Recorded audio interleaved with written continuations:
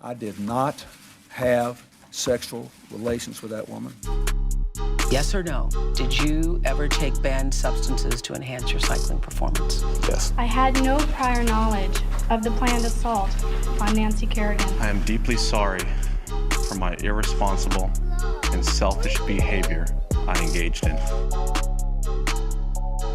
Here we go. Oops, the podcast. I'm Francis. He's Julio. Welcome back. Yeah, baby. So we were having a nice, getting into our own conversation before we even started recording, and that made Chris really mad. He's like, I don't know what the heck you guys are doing. I've been waiting for you, and we're already recording. They keep asking me if I'm ready, and I said yes, and then they just talk to each other without even... Yeah, so it's kind of like when I think porn stars start fooling around before the cameras are rolling, just to loosen up a little, you know? Yeah. Can't just break right in. The director's yelling. Yeah. Save it for the shot, Francis. That's it. So, that's just goes to show that Julia and I, we like to talk to each other regardless of whether or not the recording equipment is on and the cameras are rolling. We do enjoy it. So I'm here. I think I should probably address the elephant in the room. I am wearing my après ski outfit. Because even though I haven't just finished a day on the slopes, I'm so excited about this outfit that I think that the fans at home deserve to see it. Dude, sometimes I'll watch us, and I get like upset how much better you look than me. Like you just have like better posture, like whatever you wear just like looks better on camera. I have like darker clothes. I would describe my posture as dumpy. Like I just start to dump into my chair as the episode goes on. You're being harsh on yourself. At worst, I would describe your look as grieving. Very muted tones, very sort of lost a loved one, not ready to move on. Grieving. Yeah, slightly grieving from Julio, but I don't know about posture. My posture can be horrible. You just always, Julio, as someone who watched you for 2.5 years, you don't move at all. Really? Francis is the one who moves. I fidget. Really? Yeah, we have to like zoom out the camera because I have to like prep for him. I'm so moving sorry. around. No, it's fine. I've always been that way. No, I know, and I'm that's fidgety. why I know, and that's fine. That's I'm nice to telling hear. Dad, you hear that? Dude, when we used to sleep at Zio Tony's house, we'd be sleeping in the basement and I would just be moving around trying to sleep. And my dad would be like, do you need to keep fidgeting? Yeah. So I've grown out of it. What were you guys doing? Why were you sleeping at Zio Tony's house? Is this like an Italian thing, dude? Like, or I don't know. I don't know what it is, but Just like go over there for dinner so dude, big that you couldn't drive home? Is that no, what it was? but dude, no. They lived in New Jersey. They lived in Maplewood, New Jersey. Okay. And we would go and we would all just sleep there. And you'd sleep in the basement? Wherever it made sense at the time. That sounds pretty fun, actually. We'd sleep on a couch. One person would sleep on a couch. The other person would sleep on like a futon. Yeah, I did that. Wow. Yeah. Italy, huh? I'm not about that shit anymore, bro. I want to like have a bed. You know? Yeah. I hear you, dude. I hear you. But it was nice at the time. Well, I want to tell you, a little bit about the provenance of this outfit. Please. So, by the way, you know the word provenance? It's a term that gets thrown around in the art world a lot. Dude, P.S. You have one of your fiance's hairs hanging off the bottom of your foot, and I need to pull it off. Oh God, I wonder how that got there. We're not into that. I think sort of no. thing. You please resume. It's not like I'm, rubbing her head with my feet. Okay, continue. All right. So provenance is, I think it's tracing the ownership of a good or how it came. Yeah, how it kind of got to its current owner. So it doesn't really apply here because I just bought this shit from a store. But in art, it really matters. It's like this painting was owned by this collection for 20 years, and then it was sold from the and it can really affect the value of the painting if the people who owned it are known art collectors who are, everyone knows they stored it correctly, whatever it is. Or even from like a collection perspective, right? Like if like a high profile person buys a certain artist's work, that can really positively affect. Yeah, but the don't value. take over my fact, Julio. I'm You're taking over my. I'm You're not. hijacking I am my not. fact. I don't even know I didn't know what providence meant till 30 seconds Well, ago. I am not clearly you learned hijacking. it pretty quick. I You're was starting actually- to insert your own points. That was more of a question, actually. I was actually asking you.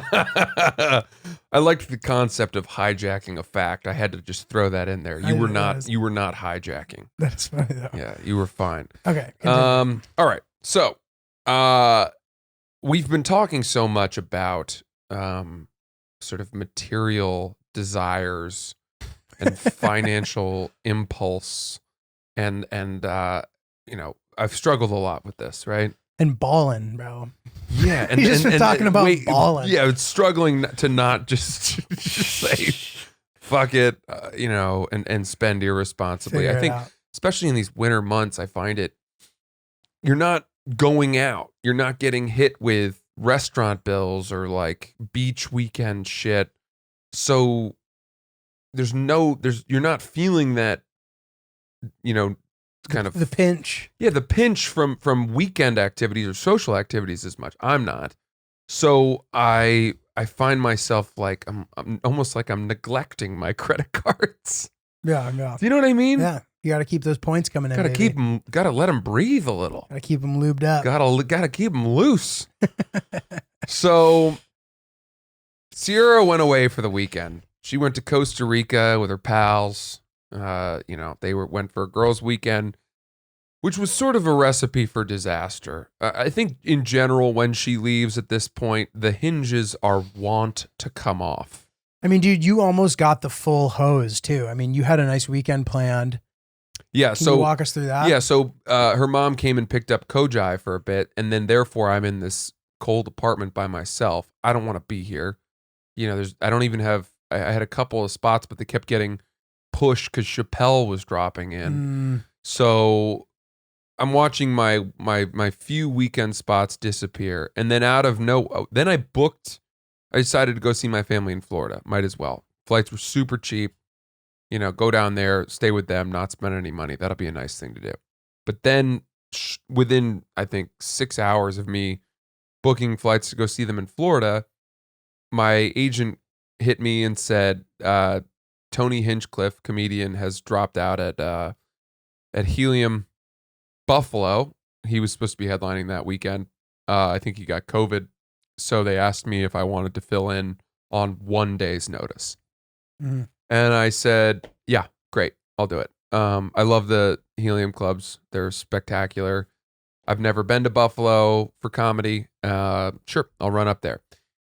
And so I changed my Florida flight to fly from New York to Buffalo on Friday. This was all on Thursday.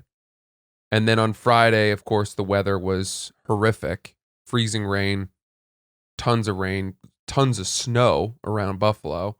All the flights got canceled. Can I ask you a question? Yeah. Did you change the flight with your Amex? Yeah. The incidental credit covers that, right? Well, it's a great point you bring up. It's a great point, right? So it could have, and I could have made. I think I But could you have didn't made select the your claim. airline?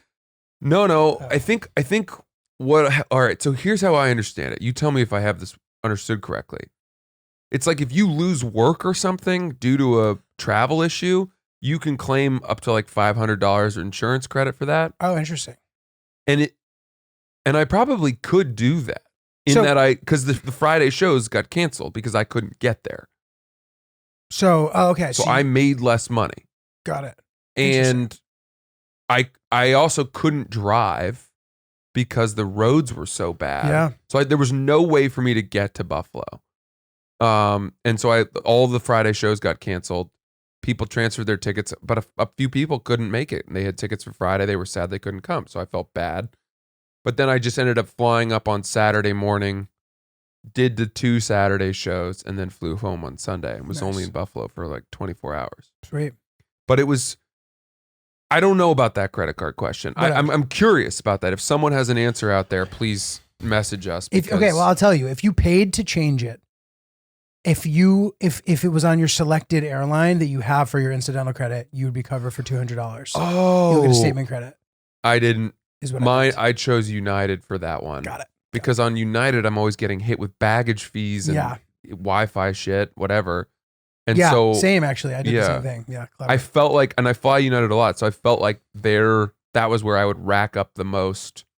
By the way, when they say incidentals, they're talking about like if you buy one of those snack boxes off the beverage cart or Wi-Fi may not count, by the way. For real? You need to check if it's. I know it does because I got the credit back. Okay, so this is how it works. If it's provided by the airline itself, it's covered. If it's provided by a third party, which often it can be, it is not covered. Damn, look at Julio. I know. I read the fine print. We've got this guy's a lawyer of disguise over here.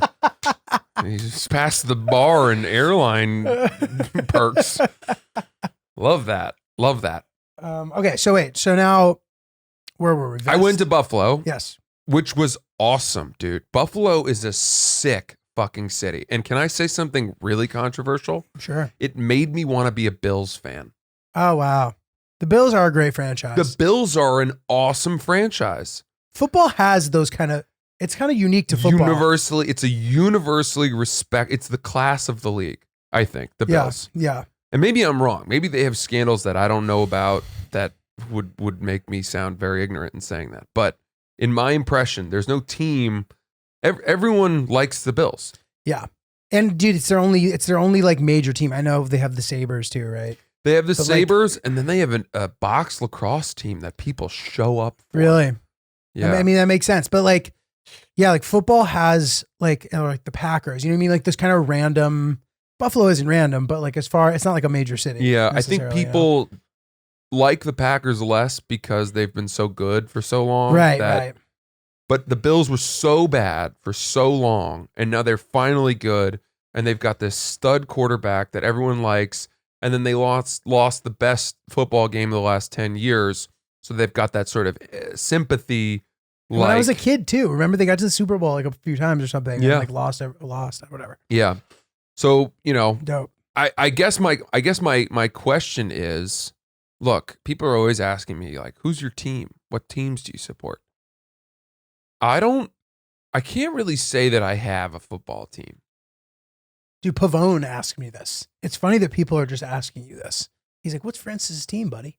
Wait, what? I swear, he called me. Weird? I was like, I don't think he has one, but I'm not sure. I don't really have a football team. It's weird. I guess technically I would say that I'm a Giants fan if I had to mark a ethnicity of football, right? It's like you got to put down something. What's your religion? I don't know.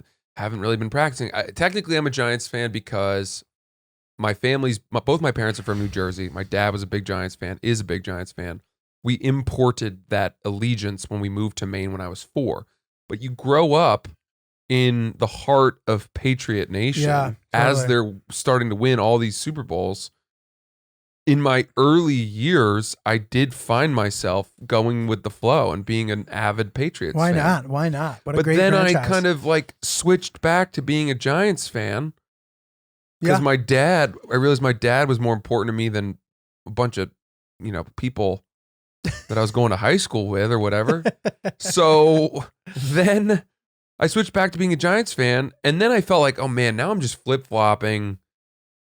And I switched back before the Super Bowls. I have to make that note. So I was rooting for the Giants when they were playing the Patriots and beat them. Okay. But now it's like I can't even really justify why I follow these teams anymore. Dude, I told him, I was like, whoever the money's on, brother. Yeah. And I kind of want a team, and I feel a little bit like I'm spinning a globe and my fingers just landing on Buffalo. Oh, that's fun. But I listen, I feel very fraudulent in saying that. And why? You went to the town because this and you is how loved people it? end up with, like, I'm a fan of the Packers, the Yankees, the University of Texas. Dude, I respect those people. No. You want to know why? Because it's like so much more like sophisticated and like it shows like evolution and globalization. If you're just like, I'm from here and that's why I like my fucking team. Yeah, but dude, I would have no problem if someone was like, I'm a Cleveland Browns fan. I'm a Tampa Bay Devil Rays fan. I'm a Anaheim Ducks fan and whatever. Like, because then you're not just picking the winning teams. But typically, I find that the people who have that crazy tapestry of They fandom, like all the good it's teams. like all the team. I'm a Lakers, Yankees, yeah, that's my dad. Packers dude. fan. That's my dad. It's like you just chose whichever ceilings had the most banners. My dad's a Lakers, Yankees, Patriots fan. I almost feel like it's fine because he's an immigrant. Like he has more claim to just be like, I moved to America. I want the greatest wealth of resources they have, and my fandom is going to align. That's hilarious. He did grow up in the Bronx, but yeah, the Lakers complete random. Yeah. Dude, I change my teams all the time. Like I was a Lakers fan growing up because of my dad. Then I was like, all right, do I actually like the Lakers? No. All right, I guess I'm going to be a Knicks fan. Yeah. But now I just feel that they're so disrespectful to their fans as a franchise that I've decided to turn my back on them. And like, dude, I have a wandering eye for a new team. I now am a teamless man. What does that say about me? I do not have a single team that I root for. This man has no people. I He have has no no people. home. But that means you can go to any game and root for any team you want. And there's freedom in that, you know? Yeah, that's true. And I don't have to be, dude, fucking, we were watching when Tampa Bay played, that was that amazing game. They played the Rams. Uh-huh. I was with Chris actually. And I was Ryan and I were texting. fucking Danny Palmer shows up, dude, in this like bright red Tampa Bay Buccaneers shirt. He looked like a Red Cross volunteer Yeah, from like I a bet. Who wears something that loud? I'm like, dude, what are you doing, bro? Yeah. What is this shirt you're wearing? You look like a fucking, Stupid. you look Drawing like an attention idiot, to dude. himself. Yeah. But you're a Bills fan now.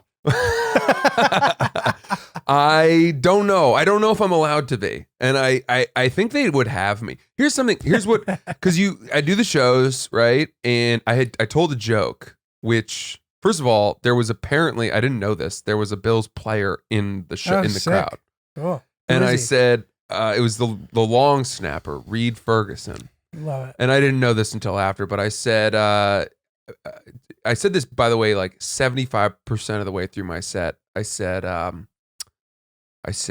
went to Niagara Falls today. That's great. I hadn't been in many years, but it was freezing, so I didn't stay long, only about 13 seconds. Most people would say that's enough time, but you guys know that's enough time. Because 13 seconds was how much time was left on the clock when the Bills scored That's good. and then kicked off Oh to my the God. Chiefs And lost the game. and then they came down the field in 2 plays and kicked a field goal to put it in overtime and then lost. Oh my God. And this was like a week ago, That's so it's funny. still quite sore. That's good, dude. And I was very nervous to tell the joke, and they kind of like roundly booed, but with good favor. Right. Yeah. And then I quickly was like, I was nervous to tell that joke, and they were right back on my side. And I'll probably post it as a clip because it was funny. That's But great. if I'd known that the Bills player was in the audience, I probably would have tried to talk to him, although maybe he wouldn't have liked that. Did you actually go to Niagara Falls? No. Is it close? It's not close there, is it? It's not far. Is it really? Probably like 15, 20-minute Uber from downtown. No way. I get really disoriented with upstate New York. I was looking at the map the other day and it was like fucking with me. I think we've talked about this on the pod, but like I didn't realize that. Yeah, Cool. Buffalo is so much farther west than I would think. Totally. Because typically my travel up New York is just straight north. Totally. You're going up north, but you got to go way across. I mean, if you're driving, you're cutting through huge swaths of Pennsylvania. Yeah. It's to get wild, there. dude. It's like west. Yeah. Yeah. It is fucked up. But Dude, the only time I've actually been to Buffalo, this is some like starting out in comedy shit. I took a bus to Toronto to do gigs. wow, I just like, that's long. by doing the flight, it would have made me not make any money. Mhm. And like, I just wanted to be a working comedian. Yeah. So I was like, I'm going to take a bus. And there we stopped in Buffalo for a while and that was it. But whatever. I have taken the bus, but I have taken it from this is similar. I once took a bus from, I think it was like Syracuse area to Toronto Okay. to then get on a plane and fly to Sault Ste. Marie. Oh, It's sick. this tiny little town in Ontario. Is it like a ski thing? No, we have my dad's side of the family has had this cabin Oh. on Lake Ontario. Sick. We used to go to all the time. It's awesome. every summer, and I haven't been in years, but it's like an amazing place, super remote. There's no cars; it's all islands, Oh my so you God. get everywhere by boat. That's far. That's fucking dope. It's rustic. It's nice. Anyway, It's rustic. It's nice. That sounds so sick. yeah, I mean, we didn't have like plumbing. There was no plumbing, Wow. and the gas lamps. Crazy. So okay, I'm all over the place right now. Vest. Yeah. Well, let me finish the Buffalo Bills thought because Okay. first of all, then after the shows, I went and had people came and hung in the sort of at the bar that was attached to the club. Helium Buffalo, by the way, I might even say it's top 3 comedy club I've ever performed at. Wow. It is. I mean, they crush it there. The crowds were fantastic. The staff was amazing, and can't speak highly enough of Helium Buffalo. Sick. And all the heliums, but that one in particular.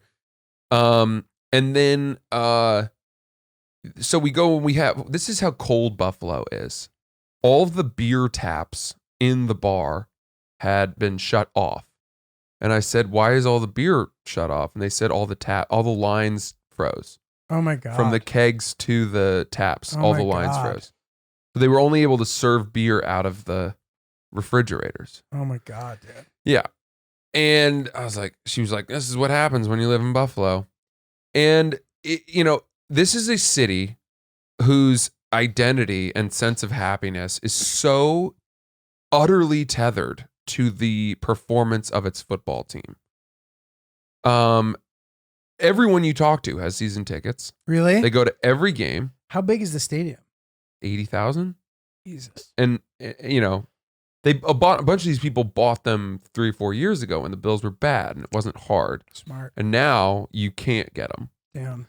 But, these are young people, 25, 30. They got season tickets. They go to every game. Bills are good. Dope.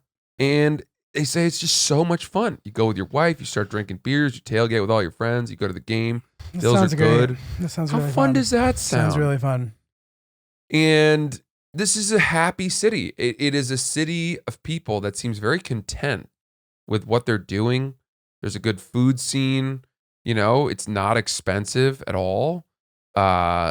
Really? I mean, you can buy, I go pull up Zillow. Everywhere I go, I pull up Zillow. And you can buy the nicest house in town for $800,000. Really? I mean, I'm talking mansion. Sick. Yeah. Love it. So super, super sick. Love Buffalo. Good people. You know who's not happy in Buffalo? The Uber drivers. Really? The immigrant Uber drivers. Why? Do they get treated poorly? It's too cold. They where don't are like from? it. Bangladesh, Mm. India, Pakistan. I took a few Ubers, talked to a bunch of drivers, and they were like, I came here and it was a huge mistake and I'm leaving next Oh my year God. to go to Orlando. Oh my God, dude. It's too cold for me. Dude, by the way, you know that Bangladesh is what stumped the Jeopardy champion. Is that right? I forget which one, what her name was. Ryan, you think you check this out? There was a final Jeopardy, and it was like, which of the top 10 most populated countries ends in an H? And she couldn't. Oh, wow. She couldn't get it. Interesting. But yeah, that makes me think of Bangladesh now. Yeah. But dude, I always find that interesting when like warm weather faring people settle in a kind of colder place. Yeah. I mean, I think Minnesota has a big population. Yes, it too. does. Of Somalis. Yes. Yeah. Which is like warm weather all year. Yeah. How would you figure that they would have picked it, as a place to settle? It is very, Maine does too, by the way. Maine has a huge sort of Northeast African immigrant Interesting. population. So crazy, man. And it's freezing. Ryan, what's up? Her name is Amy Schneider. Amy Schneider. Got it. Bangladesh. All right. Got So her. to finish this thought, I mean, it was fascinating to talk to the Uber drivers who were just like, yeah, I'm leaving. I can't stand it here. Yeah, that's hilarious. But everyone else who lives there seems happy. They know what they signed up for, and they're not. I mean, dude, it snows a lot.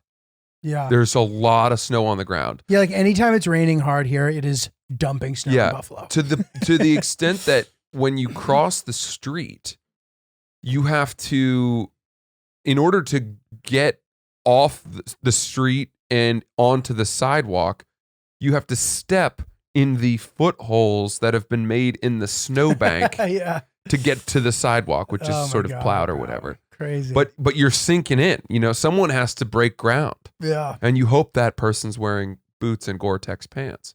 You Because do. otherwise it will seep hope into they their are. boots and then they'll be unhappy. So Hillary made this point once. She's from Chicago, which kind of has like a notorious winter. And she was always saying how at the time she didn't really think much about it because it comes down to just you have to be prepared. If you are prepared and you have the proper gear and protocol in place and you know what you're doing, winter is not a big deal. And some of the Canadian people that I know say the same thing. Interesting. And I find that to be very interesting. Yes, but there is also something to be said for having to gear up just to step outside, That was my response. which I where agree. it will deter you from It sucks. getting fresh air. Yeah. Like I'm not anywhere near being ready to have that be part of my routine. I've said this before. I'll say it again. I can't live somewhere colder than here. I don't think ever again. This is as far as you'll go. This is as far as I'll go. Mm. Boston's too cold for me. I love Boston, but like as far as like living in a place year round, I'm happy to visit a cold place. I just can't live there. Can't do it. Yeah. I know that like everybody fucking like that said everyone ever, Yeah. but like yeah. Quick shout out. We, Oops the Podcast, will be coming to Boston to City Winery March 24th. Hot off the press. Go to, well, I'll definitely have it on my website, so I'll just say francisellis.com. Also, probably the Oops Instagram main account will have the ticket link. Oops, I'll have the link. It'll be on this my will website sell too. out. This is going to sell out so fast that you won't even be able to blink. So, City Winery, our favorite stomping grounds. We're running it back up in Boston. For the good people of Boston, you've been asking. We will come. Oops, the Podcast, March 24th, 2 days prior to my birthday. Amazing. Live show, baby. Amazing. I'm looking forward to that, dude. Yeah. It's going to be sick. That's going to be great. Okay. And now to get back to, so I don't know. Someone let me know if I'm allowed to just summarily become a Bills fan. I wonder if Bills fans would have me or if it'll be other fans that will have issue with that. Bro, come on down. You know what I mean? Mm-hmm. Fucking get in there. And dude, I'll tell you what, Buffalo's Negroni country. Is it? I mean, I can't think of something nicer on a cold winter night than a fire and a Negroni. Yeah, but that doesn't mean that Buffalo is Negroni country. There's always an emerging like bar scene in all of these kind of like Yeah. smaller cities where like you can get a really good beer and a really good cocktail. Okay. And like the bartenders care. And they're Okay. psyched. But I didn't, the way you said it made me think they're known for their Negronis. And all it is that it's just cold enough there to make Exactly, Negronis bro, enjoyable. Exactly. I drank 10 Negronis last weekend, by the way. Did you on one night or two No, nights? 2 nights. And by the way, my dad will call me and be like, yeah. So I learned a lot about you from listening to your podcast. He's like, I'm a little concerned because you said like how much you just absolutely love drinking. And I was like, I know, Dad, but I feel like I have a healthy relationship with alcohol. And I think this could, again, be like an immigrant thing. Like they don't understand drinking at all. Like, so Yeah. they think that if you drink liquor, you're an alcoholic who Come like, on. falls Is that down. right? My parents think that to the point where I'll like tell my girlfriends, I'll be like, don't talk about casual drinking of liquor or taking shots in front of my parents Mm. because they don't understand it. And you'll be labeled as a heavy drinker for the rest of your tenure in the family Mm. because they just don't get it. Yeah. And I tried to explain it to him. Can't teach an old dog new tricks, dude. Nope. They are set in their ways. Chris, what's up? Chris has I love when Chris has an Italian. What are your family parties like? Do people like drink a lot? Like No. you all have wine and Yep. and then no one gets drunk, right? Have a little bit of wine. Not a single person touches a bottle of liquor. What about beers? Not even. No? Maybe, but like I haven't seen I'd a say beer. only during the summer for us when it's Or like if there's like hot. extra people over who aren't part of the family. Yeah. And those are the guys who drink the beers. Yeah. Got it. Classic. Well, okay. I still haven't told you about the vest. It's just been like, it's like a Seinfeld episode. Homer's Odyssey. We'll never get there. But that's good. I find that that's always a good sign Yeah. when we can't get to the topic. Well, we keep had planned. finding things along the way. Little nuggets to explore. It's like playing Zelda, dude. Yeah. You can't even get to the mission because you find a side mission. So that's Buffalo. Loved Buffalo. Loved the people there. Liked the vibe. It honestly made me think this was a place I could live. Sick. Someday. It's just not that easy to get. They don't really have flights to everywhere, honestly. Oh yeah, you'll You be know. connecting. Yeah, I don't know. Anyway, Well, dude, hopefully if you move there, you'll be on some Chappelle shit where you like have a compound and you have a PJ that just takes you wherever. that would make things easier. Yeah, it sure would. All right. So I come back from Buffalo where I had been expecting to, I had been expecting to be in Florida, but instead I went to Buffalo and made money, stayed at a Hampton Inn. No problem. Didn't have any problem with that. Hampton Inn, perfectly fine. I find that the Hampton Inn has a wide range of quality too. Like Yeah. You might stay at a nice one or you might not stay at a nice one. No, I stayed at a fine Hampton Inn, and so I'm thinking to myself, okay, I didn't, flew crappy seats on my Delta flight. It's nothing. It's a 50-minute flight. Who gives a shit? Flight was cheap. Didn't eat anything fancy. Just went and did my work, picked up my check, went to bed, and then flew home the next day. And I got back and I thought, man, I'm back alone in the apartment. Sierra's not even coming home till Tuesday. And now I've got more money than I thought I was going to have. What should I do? What should I do that I haven't done in a while? I know. I'll go shopping. Yeah. Dude, I haven't gone shopping with the intention of shopping. Right. Did you buy this in person? Yeah. Oh wow. Big boy moves. Dude, when was the last time you went shopping into a store in New York City? I'll tell you, it was the fall of 2019. What? This is the last time I went. How do you know that? Because I remember, because it was the first time I had done it in probably 5 years. It's a weird thing. Because back in the day, you'd think, oh, I need back to school. We got to go shopping. We're going with the express purpose of going to multiple stores to pick up things you need, all that. Totally. I thought to myself, I live near New York City. I haven't gone shopping in New York. Yeah. So here's what I needed. I needed one thing, which was some flannel lined pants. Oh shit, they make those? Bro. Bro.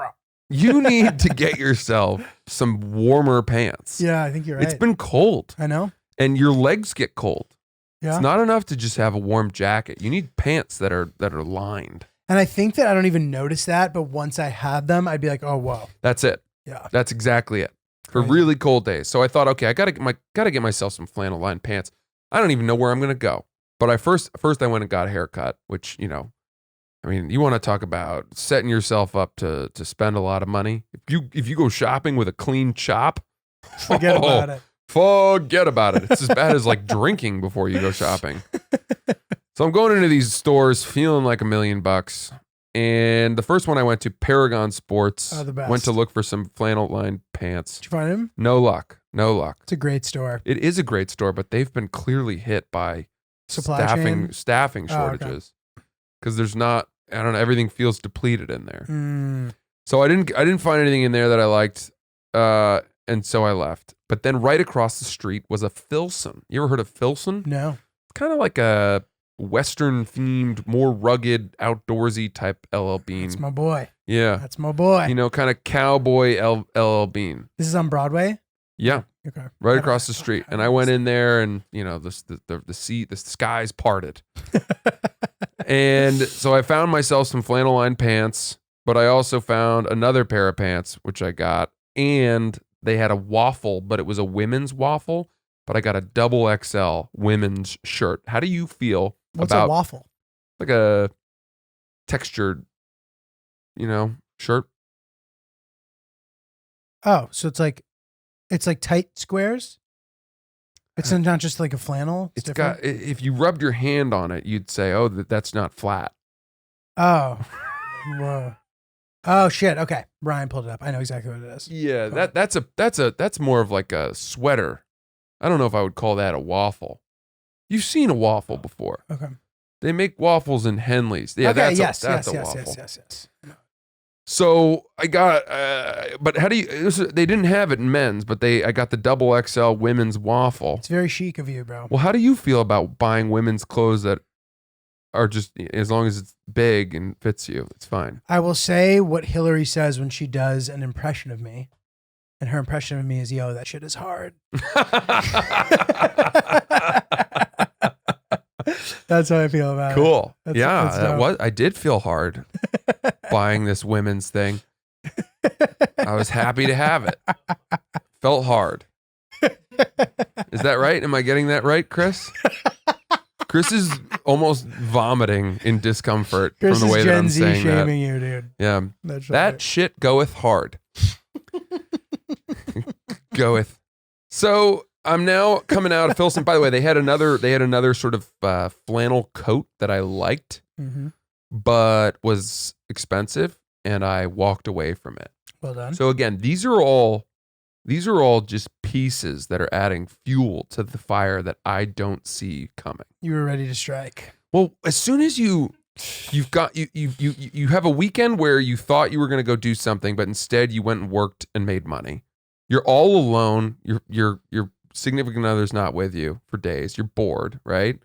You've told yourself you're going shopping, so you're already primed. You're ready. And then you go into a store and you exercise restraint in the first two stores. All the things I bought at that store were like not that expensive.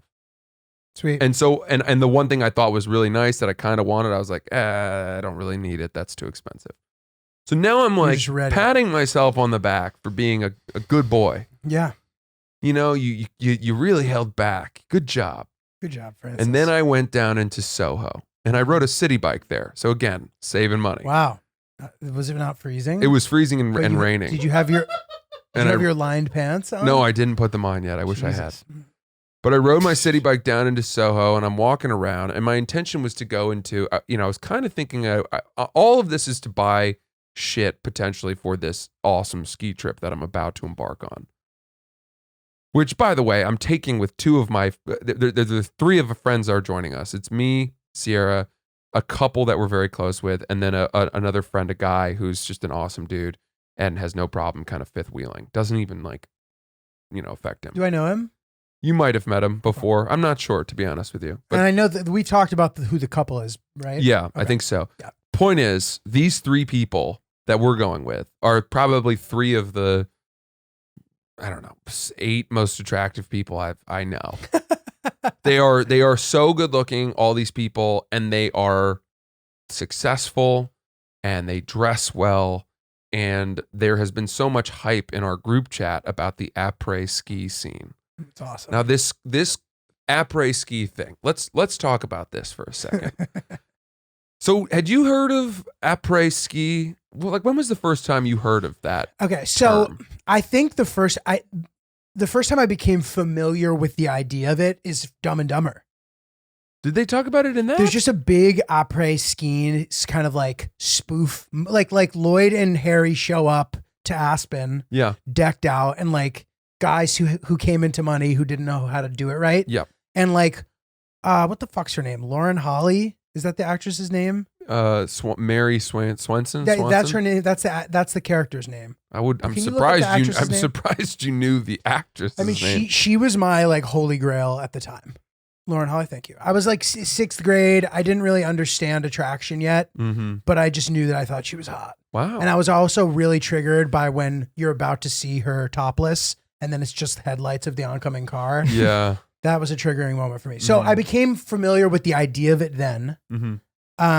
But then the actual term après ski, I was like, oh, this actually is a thing. And it kind of sank in probably when I was around college age and I started hanging with people who went out west skiing.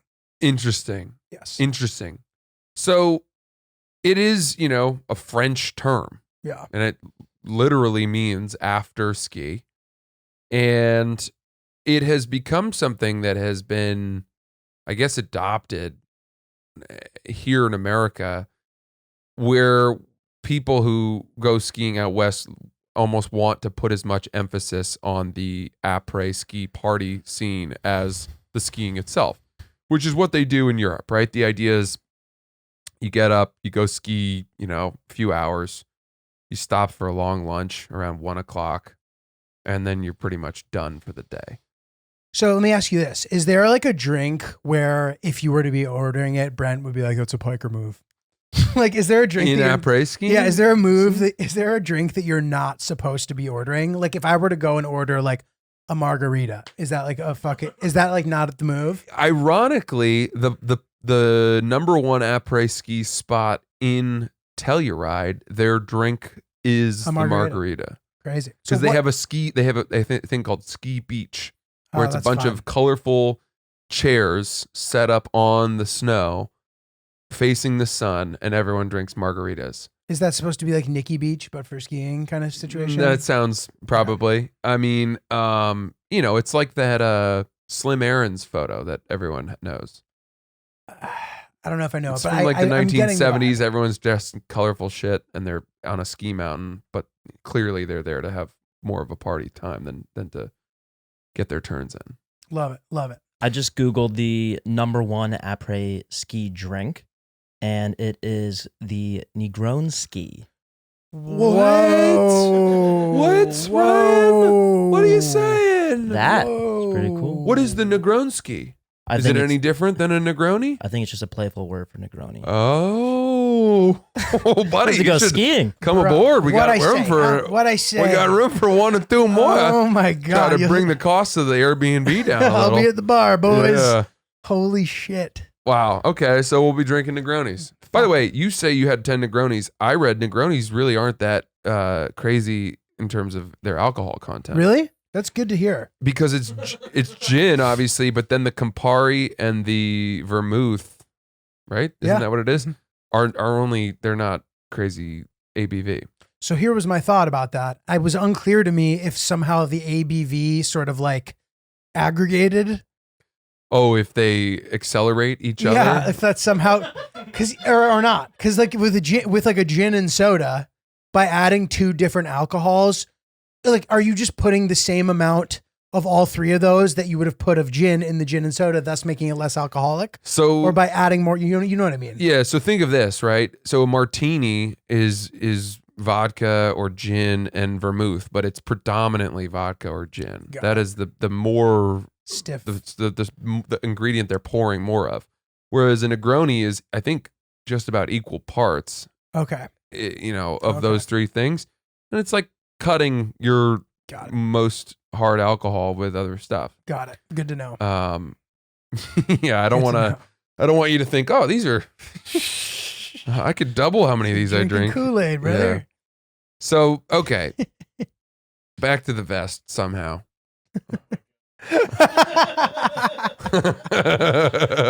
We're still not there. So you're ready to rock now. Well, I'm going with these people, and Sierra's obviously gorgeous, and I'm thinking to myself like, okay, I want to keep up with these folks. Mm-hmm. I know they're gonna have some ballin' ass outfits. Mm-hmm. I know that there's more excitement for the après scene than there is for the avant scene or the pendant, the during, the during pendant ski, like the during the ski. So I'm thinking, okay, I gotta get something real sick, and that's kind of what I was on the hunt for going down into Soho. And a part of me thought, okay, I'm on the hunt for a cool Western shearling type coat, something with some fur and some leather that will blend with the mountain. It's gonna be warm, but will also fit the vibe of this Western preserved old gold miners ski town, right? And I went to like the Ralph Lauren store, but all the shit in there was too expensive. And again, I walked out with restraint. Well done. And at this point, you could have come up to me and said, "Hey, dude, want to invest $100,000 in my, burgeoning cocaine business?" And I might have jumped at the chance. You're ready. I was hot to trot. My credit card was pleading with me to be taken out. It was begging. It was itching. My pockets were itching. So I walked into Moncler. Yeah, baby. Moncler. You descended down those stairs. You're a monkler, bro. I have a monk. You got the monk. I have a monk. Do you want to tell the story of your monk? I was given it. Must be nice. It was nice. That's a hell of a gift. It wasn't even a gift. It was a hand-me-down.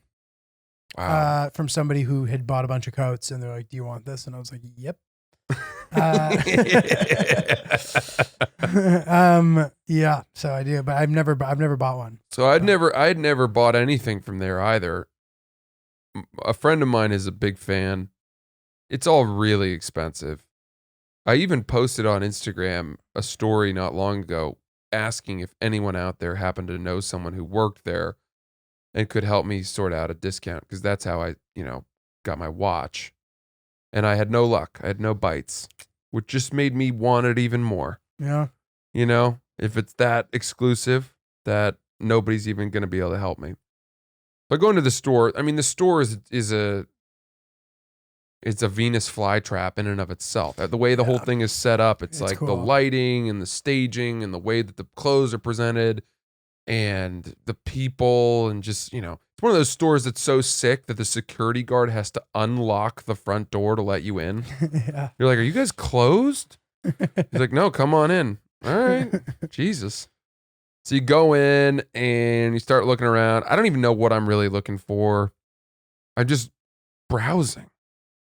And I start thinking, okay, I want something that people are going to remember.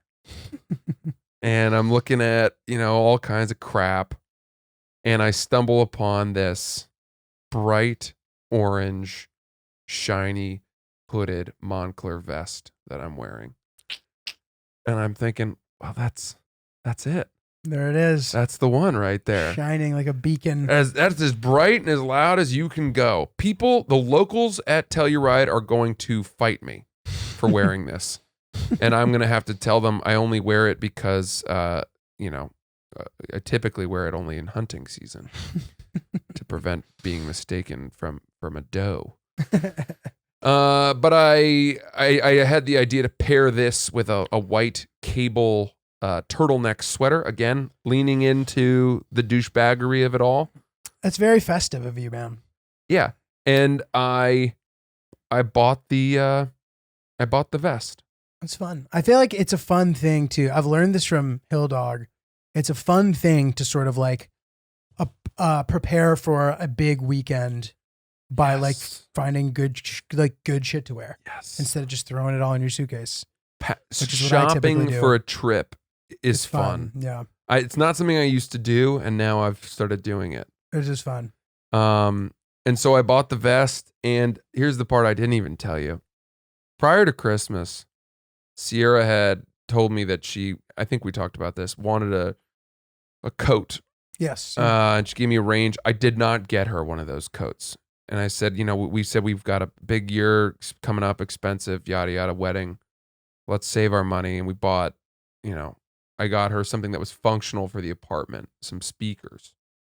And that's not exactly a sexy gift. I got her some speakers and also a mug that keeps your coffee hot. Very nice. Yeah, fine. I think household items are actually a romantic gift. That's especially true. for people who haven't lived together long. That's true.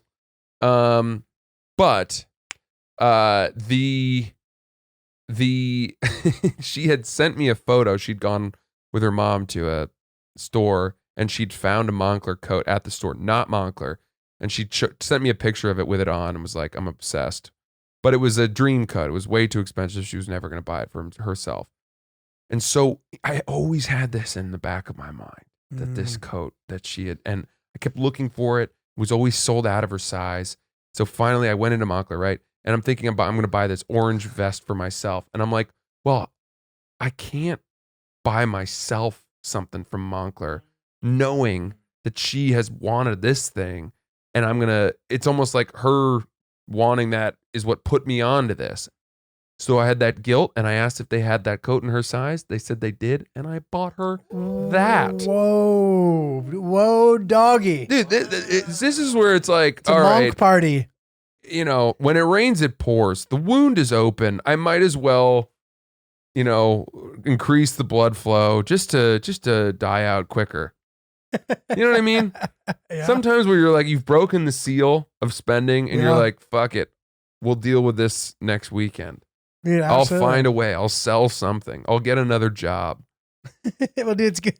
It's good to go big or go home. You know what I mean? Like you hadn't been shopping much and you went out and you let her rip, dude. I really let it rip.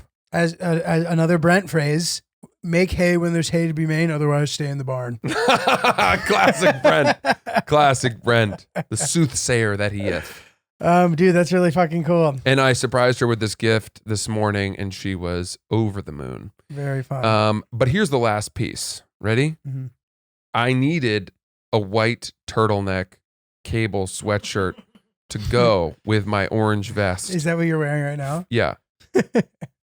So, what do you think this cost? Am I allowed to ask any questions about it to narrow down?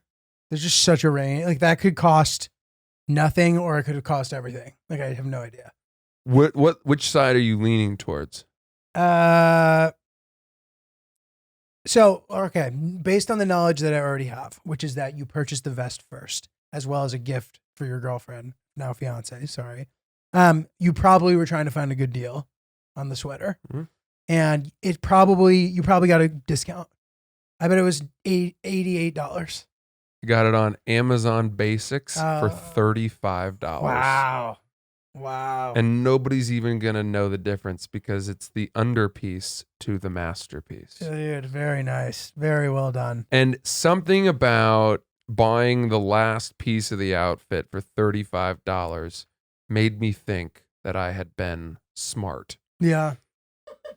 That I had actually, in the end, I had exercised restraint. Right. You got them. Because don't get me wrong, Julio, there are plenty of cable cream colored turtleneck sweaters that'll cost you a lot more than $35. Oh, yeah. You can say I that found a again. few that I liked, You can say that again. but I didn't buy those. I went for the Amazon Basics because it would arrive in one day. And I got it, and I got my outfit, and this is my outfit. I'm going to walk out onto that ski beach with a tray of margaritas for the group, and everyone's going to say, God damn, Fran is living the high life. I want to be friends with that guy. People are going to come around and pull up their chairs to our circle. Dude, I like it. And we'll say, not with that outfit, you're not. No, you're not, pal. Yeah. Back to the closet. Yeah. Have I talked about après space yet on this? Dude, I want to live to see the day where commercial space flight is as common as like skiing. And I think that there's going to be a big après space scene.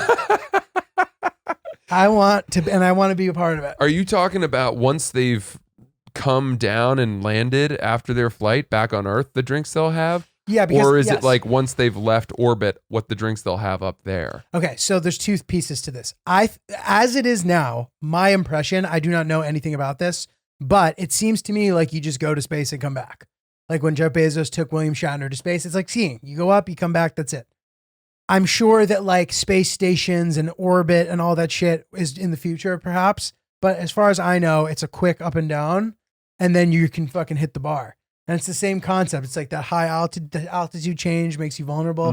Couple Negronskis and you're fucking ripped. Yeah. Rocking those moon boots. Trying to think of a Negroni pun involving space. Yeah. Well, if it's on the ground, you could call them Negroundskis That's pretty good. or Negrownies or whatever. That's not bad. Yeah, I don't know. Dude, you're just sitting at Cape Canaveral fucking slugging Negronis. That sounds fucking awesome. But yeah, I've always been... NASA-gronies? So yeah, dude, it's funny. Like there have been You're right, times... let's move on. What's up? I threw out another pun. NASA-groni? You didn't even give it the time of day. No, I didn't hear it. I Sorry. said NASA-gronies. That's solid. We were in a better spot with the Negroundskis. The Groundski, I still my pick, I think. Is Fine. my favorite.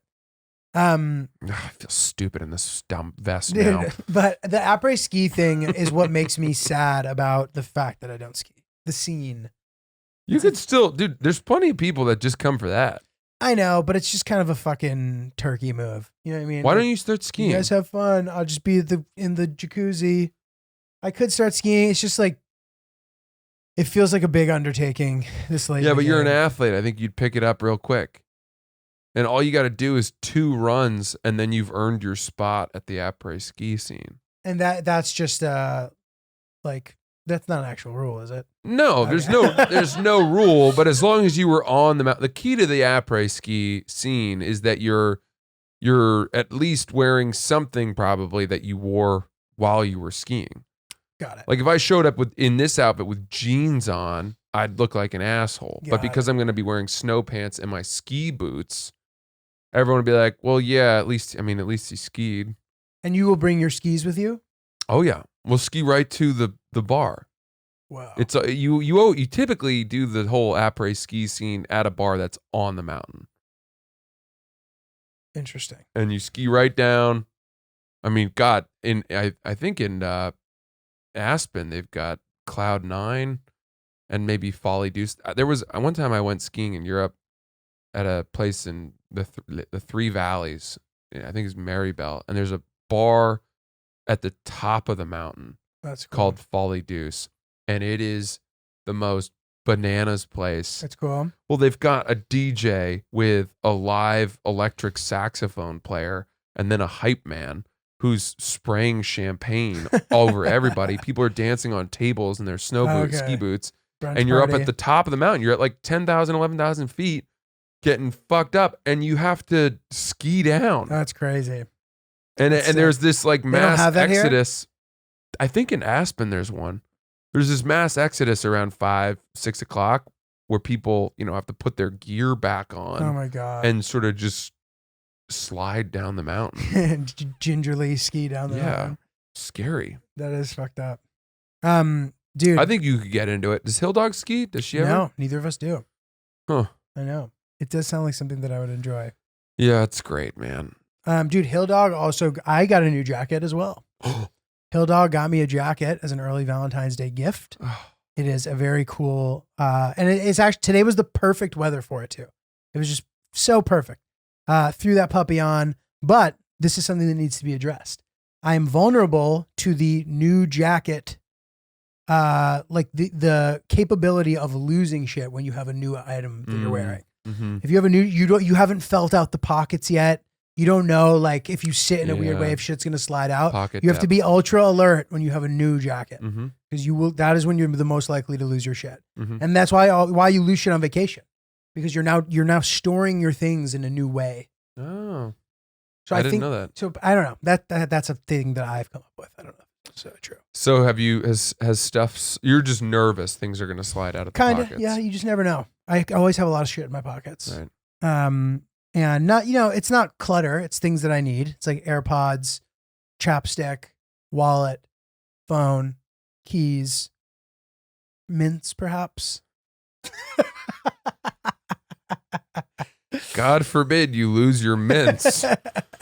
Wait, dude, by the way, I skied one time actually in Quebec with my best friend growing up, Ryan. Yeah, right. My 2 best friends growing up were Ryan and Matt. Those are names that were like the name of the generation. And I wonder if by the time they're old, if those will then become older person names. I wonder. Or not. Anyway, Ryan and Matt. But Ryan and I went to Quebec. We cross-country skied. It wasn't even downhill skiing. It was cross-country skiing. So that's when you say you went skiing, that's what you're talking about? Yes. I don't know if I'm going to give you that. I wore skis and fine. It doesn't You know count. why? Because nobody après skis their cross-country skiing. You got to hydrate. Yeah. You need fine. a Gatorade and some friggin', an IV because it's so much exercise. I know, but dude, I was like 13. Like après ski for me was just like playing NBA Street in the hotel room. You know what I mean? But I fell, and one of my skis went right down into what I believe is the St. Lawrence River. Oh my gosh. And Ryan's stepmother at the time sort of put all of our skis together and brought them back into the rental shop, hoping that they wouldn't notice that we were missing a ski. And she was successul. And The old bundle of sticks. And I felt good because I would have felt guilty if they had incurred some large charge on my behalf. Yeah. So that was good for Ryan's mom. What a resourceful lady there. Ryan's stepmom. Oh, at the time. Hello. I know. But dude, good shit. Yeah, man. I mean, I'm excited about this, and I'm gonna, change into it and come out with a tray of drinks, and I think I'm gonna get some. I might even get applause. You do have like a propensity for that, like showing up in an outfit Yeah. that gets applause. Yeah. Garners applause. Yeah. I have a question for you. Please. Do you follow Groundhog Day at all? No. Do you think that that's just a thing that we followed as children, or are there adults who are like following up on the progress of the groundhog, seeing his shadow or not? His or her I shadow? don't. I mean, you talk about let's talk about some of the things, the customs that we put in, stock in. Whether it's, I guess, customs might not be the right word, but things that people follow in terms of determining what's to come, right? Whether Mhm. it's astrology or, I don't know. Are there other ceremonies like that that predict, like in our culture? I can't really think of any that predict the outcome, but where everybody's kind of like, all right, like no one really believes this. Well, that's But, like- exactly, that's my point. Well, let's just extend it to any holidays, like the theory that Santa comes, or any of the things, the Easter Bunny. I mean, as far as those things and customs go, Groundhog's Day is the most absurd one. Well, no, but dude, okay, what about this? It's absurd. I would argue that it's the least absurd because at least the fucking groundhog's real. Yeah, but the Spoiler alert idea to that any underage listeners. he's seeing his shadow and then he goes back in to his hole. I mean, who's even reading his behavior? Who did we appoint to be the reader of whether or not he saw his shadow? They conduct a ceremony. Yeah, and Punxsutawney. I mean, I know all this from the movie, which, by the way, is one of the great It's movies an amazing movie. ever made. It's a really good movie. Dude, Ryan, what's up? How accurate do you think the groundhog is? 50-50? 50-50? Less than 50-50. 39% of the time, What the the fuck? groundhog gets it correct. So what does is it that, again? What does that mean? It's 6 more weeks of winter, right? I don't even know. So it derives from the Pennsylvania Dutch superstition that if the groundhog emerges from its burrow and it sees its shadow, it will retreat to the den and winter will go on for 6 more weeks. If it does not see it, spring will arrive early. Yeah. Got it. So 39% of the time. I can call never it. place that, but Ryan made the point before. If someone put a gun to his head and asked him about like which one was which, if he saw the shadow, did that mean winter was ending or not? Like we agreed that it was confusing. Oh, you can figure that out. That's easy. But it does make sense. It makes sense that that is the correct way. Yeah, That's what I would have guessed. Yeah, he sees his shadow. He's scared. Nobody wants more winter. That's Right, a that makes bad sense. omen. That's the idea. So, dude, but this is the thing. Okay. Santa, the Easter Bunny, the Tooth Fairy, these people all definitely come. They always come. Unless your parents are like savages and like want to teach you some lesson. You've been really bad. Like you banged your mom or something. Like, I can't imagine an outcome where you get charcoal. Santa's dude. not coming this year, you incestuous little bad boy. No, I'd never do it I'll again. never bang mom again. But she was looking really hot. Dude, I'm just saying, like, who's getting charcoal? Like, are you serious? Well, definitely the mom, I would think. The mom, dude. Charcoal and a fucking, pinch in the clink So, but dude, down in county for a couple years at least. these figures are Heavy all counseling. these fake figures are all associated with holidays. They're not like predicting any sort of outcome. Like, is there any other thing that shows up and they're like, oh God, he's here. This is the moment. And then he leaves and they're like, all right, this is going to happen. I'm not sure that we have that in our culture, but Punxsutawney Phil. I know that I think in Chinese culture, there's a lot of I was thinking that. sort of predictions and good fortune, and Right. if this will mean luck, and this will mean you'll have a year where you make a lot of money, whatever. There's tons of Stuff like stuff like that, Um, which would be cool. I'd like that. I'd like to adopt some more stakes into our holidays. I'm open to it. I was wondering this, like, is there some sort of lineage where like somebody is pegged to be the next Punxsutawney Phil, like the way the Dalai Lama? And do you think that there's pressure on the fucking, The hog. on the hog to perform? Like, are some groundhogs considered greaters than others? Like Pope John Paul II or whatever? Well, I wonder what they should do is track their records. Right. Like their percentage. Overall, the groundhog's been 39%. Yeah, that's not a great look, but maybe there was one just totally idiotic groundhog that constantly got it wrong. And then any groundhog that it's over 50% is considered a legend. Right. It's a very measurable Yeah. It's like sports gambling. outcome. Yeah. It's like, you can't be like, oh, well, at least he was charismatic. It's like, it doesn't matter if he got it done, he got it done. If he didn't, he When didn't. is Groundhog's Day? Chris said it was February 2nd. Is that correct? Yeah, so- Chris, how the hell did you know that? He doesn't know. Chris is shaking his head. Let's put it this way. That means that if on that day the groundhog sees his shadow, then we will have 6 more weeks of winter, which would bring us to mid-March. I mean, and you're talking about Punxsutawney, Pennsylvania, right? I believe Which so. I assume is probably on a similar latitude to New York, but maybe not. I don't know. The point is, when has spring ever arrived before mid-March? I was thinking that too. What are dude. you talking about? Like, I don't. Of course, there's 6 more weeks of winter. Right. So anytime, I mean, the groundhog should just hedge.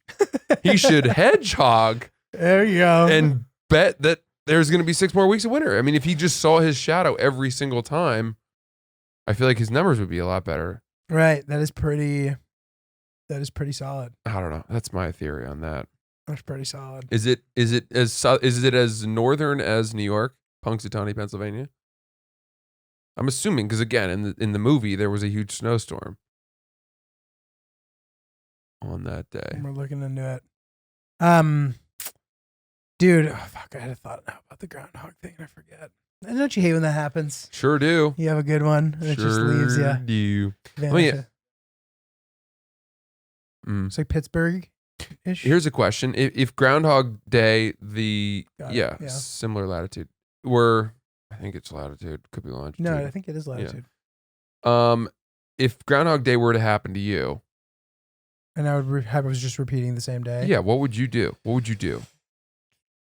I think I would do some version of what they do in all the movies. Like, I thought that Palm Springs was a really good sort of reboot of the concept. Mhm. Did you see I did it? watch it. Did I you thought like it was. I liked it. It troubled me. Yeah, Weirdly, same. it troubled me. Same. It left me with a sense of unease. Yeah, I was like, ooh, this is like really. You go through all the motions. Like, all right, let's see if I can do the craziest thing, and I'll die, and then Mhm. oh, but it hurts. It hurts every time you die. Like Yeah. whatever.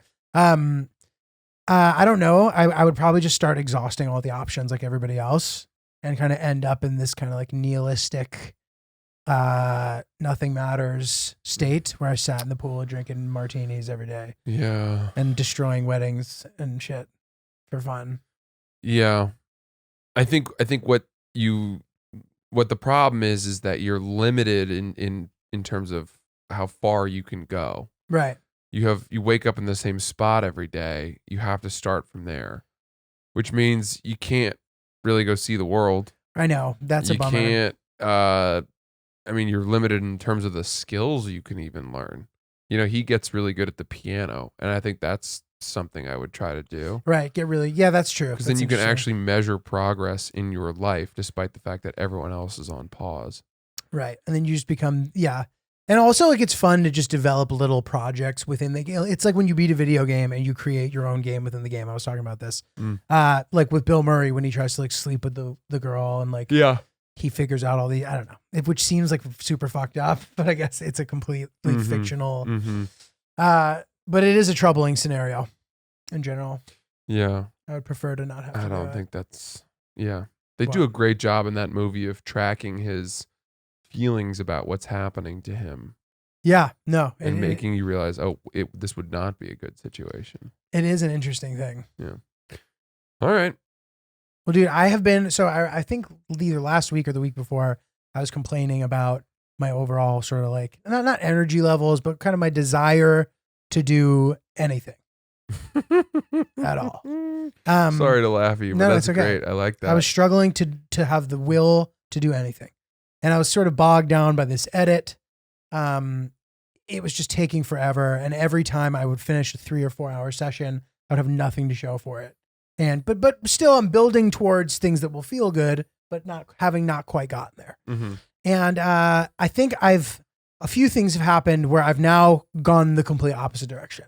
I'm no longer sleeping much, but in like a way that like my brain's racing and I wake up with energy. Mm-hmm. I've entered like the opposite manic state Wow. where I'm sleeping like 5 hours a night, feeling rested still. Benjamin Franklin. I don't know what's going on, but yeah, like it's just a couple of these edits where I'm like, oh my God. And like, honestly, I'm not even comfortable sharing how much time I've spent on it because everybody listening, hopefully will watch it. And if it sucks, you'll be like, oh, that's sad how much time you spent on that, dude. Dude, it's an amazing thing. I mean, you're working on yourself quite directly. Yeah, no, it's true. And it's cool. There's pressure, I guess. I don't really fucking know. admire the fact that you take on the edit yourself because I just, no matter what, I can't do it. Dude, I just Can't edit. I don't think that I would prefer not to, but I just truly don't think that I would be able to afford how much it would cost to have someone else edit this. Huh. Just because of the amount of time it would require. Yeah. Still for me and from them, it would just start to get into a territory of being unaffordable. Mm-hmm. And somebody I know who works in unscripted says that. He's like, the editing is the most expensive thing in Yeah. unscripted. Right. Which makes sense. But anyway, so dude, I just have all this fucking energy. I've been staying up late. It's this weird, I've entered this weird new zone where I can, and it's making me a little concerned. I'm like, does this mean that there's something wrong with me? Like, I'm not really a mood swingy type of guy Right. usually. Well, What do you think? I think as long as you still hit your marks each day, you know, you whether it's you exercise and you eat 3 normal meals and Yeah. have some structure, it doesn't really matter when those things happen. You know, it's almost like you've traveled to a different time zone within your own apartment based on your work schedule. Right. Well, dude, what do you think about this? I ordered groceries. We ordered groceries. And, yeah, they were a little expensive. Sometimes when you order, it can end up being a thing where like, I hate ordering groceries. I don't love it either. because you don't get to pick out the avocados you want. Dude, there's so many things wrong with it. You don't get to feel which ones are the ripest, which ones are yours. There's so many things wrong with it. Agreed. Like that, all the fees, we don't have this, and then they just pick something else that isn't the thing you wanted. Now you have cinnamon popcorn. It's like, bro, I don't want this. You know what I mean? But being that it was so expensive, and it wasn't. Maybe it wasn't. Dude, I gotta stop you. I'm so hot right now. I am dying. So, dude, now I'm kind of on something where I'm like, all right, if I just eat my meals out at a place where, like, you know, a salad place where you order at the counter, or like a kava kind of place, right? Mm-hmm. That will cost XYZ amount of money. The idea of ordering groceries, making a mess, spending time preparing food, and having that cost the same amount of money as just eating salads that I bought from somewhere bothers me. I'm like, if I'm going to spend the idea of this, you pay to have someone else prepare it, you pay more for that because it's a convenience. Uh-huh. So to buy groceries and have them cost the same. Okay. Why is it the same though? I don't understand what you're buying. Buying groceries is somehow the same as buying food out. So what'll end up happening is and Hillary maybe isn't going to like what I'm about to say, but like she really enjoys having fresh food in the house, having a home. This is all stuff that's correct. It's great. This is all stuff that's correct. Person to live with. 100%. You need that. It's great. You know what I mean? But like, she's not as thinking about, you know, is this worth the money? She's kind of like, this is a thing that's worth spending money on. I agree. She's right. She's right about that. Not to mention, she prepares it all and does an amazing job. Mm-hmm. She'll make this. I posted this on my Instagram. She'll make a fucking gigantic salad that we'll eat for a couple days, and like all this, and she prepares squash and all these vegetables and fruit, and like I feel like a fucking adult. It's amazing. Okay. However, I don't think she's thinking about the like, okay, if this breaks down, how much per meal, blah blah blah. So now I'm in the zone now where like I have like 2 or 3 more meals to go before this will have paid for itself in an appropriate way, and I'm struggling to find options to eat. I see. And I find myself kind of like foraging through the kitchen, Yeah. making shit that is crazy. I know that feeling. And, you know, I don't know. Is this relatable at all? It is. Okay. And I have one big thought for you, which is that when you order groceries, you should cook with the purpose of having leftovers. Because that will mean that for one big cooking session and cleaning session, you will have a dinner and then 2 lunches. Right. And then that means that your labor cost, let's call it, is watered down substantially across those 3 meals. And that's where you start to get your value back with groceries, Makes sense. I find. Yeah, that is a solid. Cook for the week. Yeah. Food prep, all that shit. You know, I used to do when I was, a single guy, I wasn't much of a cook at all. And I would do at the beginning of the week a huge pot of quinoa with chicken stock and diced up carrots and onions and celery just in it. And it would be, it'd be a pot that would serve like 20 people. And I would just eat that as my carbohydrate all week long. You get pretty sick of it. Yeah. But it's filling and it's healthy, and you cook it one time and you've got that for the week. That's solid. Stuff like that. You find staples to add to your diet that just kind of make that cut down on the amount of time you spend. Yeah. Yeah, I'm learning to enjoy the sort of domestic lifestyle. It's nice. That's good to hear. Yeah. I'm very glad to hear that. Yeah. It's not that you're having your wings clipped. It's that you've realized life can be a little more comfortable when you just keep your wings in the coop at your side. There's nothing wrong with the coop. Nothing wrong with the coop. All right. All right. That's it. What a fun Oops the pod. Boy. So to sum it all up, I bought a new vest. Is really what that was for a lot of that episode. Follow Oops the Podcast. Send us your emails, oopsthepodcast@gmail.com. I'll be in Hasbrook Heights. I think it's Rutherford County. I don't know. Hasbrook Heights, New Jersey, Bananas Comedy Club, February 18th and 19th. FrancisEllis.com for tickets. G? I'm going to be at Panama City Beach February 26th at Harpoon Harry's. Then Longboards also in Panama City Beach on February 27th. Come see us at City Winery in Boston. That's right. March 24th. Tickets for that also available. oopspodcast.com, FrancisEllis.com, anywhere you want. And that's it, guys. Thanks for joining us. We will see you on Thursday.